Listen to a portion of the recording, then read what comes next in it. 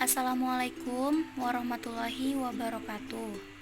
Saya Asriani, NPM 1840 10 20 33, Prodi Manajemen Sumber Daya Perairan, Fakultas Perikanan dan Ilmu Kelautan, Universitas Borneo Tarakan. Baiklah, di sini saya akan menjelaskan sedikit tentang sistem pernapasan pada ikan. Sistem pernapasan pada ikan. Sama seperti makhluk hidup lainnya, manusia dan hewan vertebrata maupun invertebrata, ikan juga membutuhkan oksigen untuk melangsungkan hidupnya. Tanpa keberadaan oksigen, ikan tidak dapat melakukan proses metabolisme tubuhnya, dan itu berarti ikan tidak dapat mengubah makanannya menjadi energi. Sistem pernapasan pada ikan berbeda dari hewan amfibi lainnya, karena ikan hanya hidup di air saja, tidak di dua alam. Meskipun hewan amfibi juga memiliki salah satu organ pernapasan yang sama dengan ikan, sistem pernapasan ikan bergantung pada suatu organ utama yang disebut dengan insang.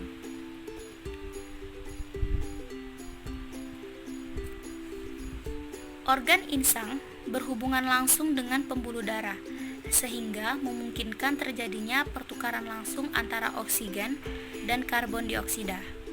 Insang pada ikan terletak di dua sisi tubuh ikan, bagian depan.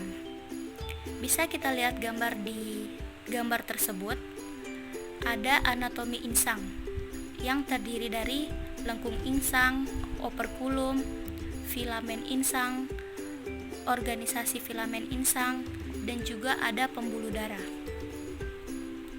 Selain berperan langsung pada proses respirasi sebagai alat pertukaran oksigen dan karbon dioksida, insang memiliki beberapa fungsi. Yang pertama, mengatur keseimbangan asam basa. Yang kedua, mengatur regulasi ion. Yang ketiga, ekskresi nitrogen.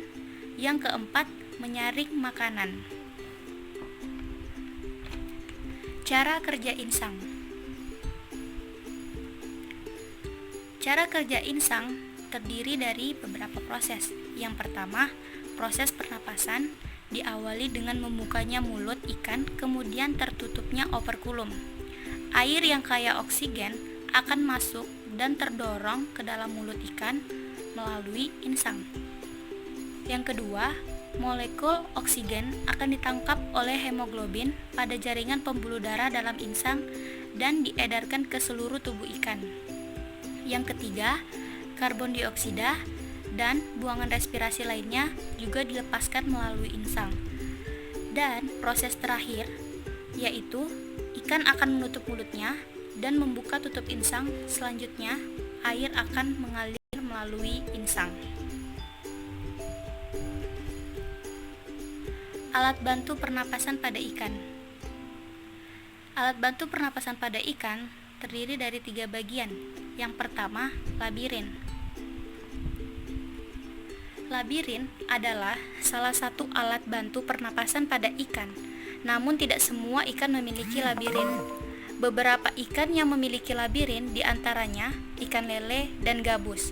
Labirin berfungsi untuk menyimpan cadangan oksigen yang nantinya bisa digunakan pada saat ikan berada pada daerah atau lingkungan dengan kadar oksigen yang rendah.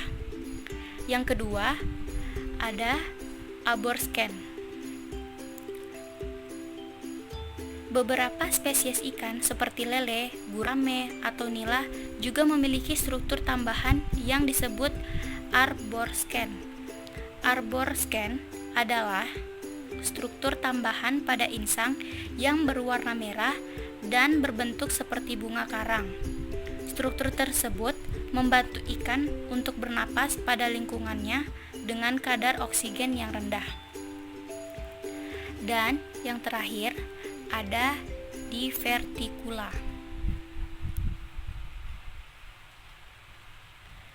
Pada ikan yang diverticula, pada ikan yang hidup di daerah tropis, misalnya ikan gabus, biasanya terdapat struktur tambahan yang disebut dengan divertikula. Divertikula ini juga berfungsi sama dengan alat bantu pernapasan yang lainnya, yaitu membantu ikan untuk bernapas pada lingkungan dengan kadar oksigen yang rendah. Mungkin itu saja yang saya dapat sampaikan. Jika ada kesalahan kata atau kalimat, saya mohon maaf.